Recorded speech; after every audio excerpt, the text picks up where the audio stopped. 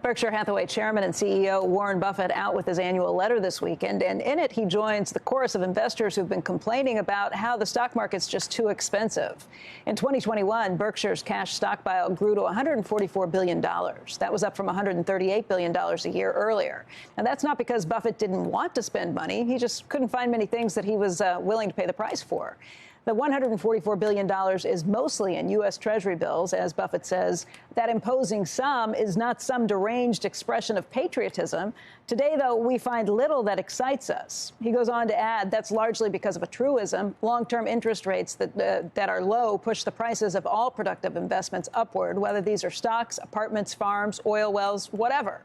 Now, that's not to say that Berkshire didn't deploy any capital in 2021. Buffett did continue to buy back Berkshire shares last year.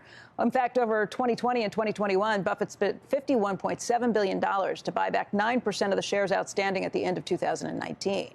But the pace of repurchases has slowed so far in the first quarter of 2022, with just over $1.2 billion purchased as of February 23rd. Berkshire, of course, is a collection of more than 90 operating units. But in his letter, Buffett highlights what he calls the four pillars of the company. The BNSF Railroad, you've got Berkshire Hathaway Energy, its collection of insurance operation, and then there is Apple. Berkshire's stake in Apple was worth more than $161 billion at the end of 2021. That is by far its largest stock holding.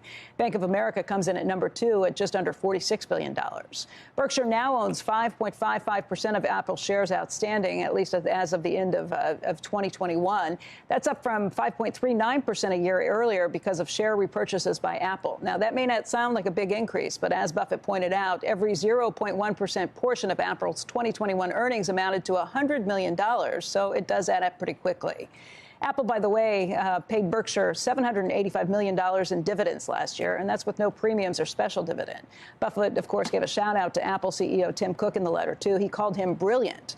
And he laid out plans for Berkshire's annual meeting on Saturday, April 30th this year. It will be held in person in Omaha once again for the first time in 2 years because of COVID.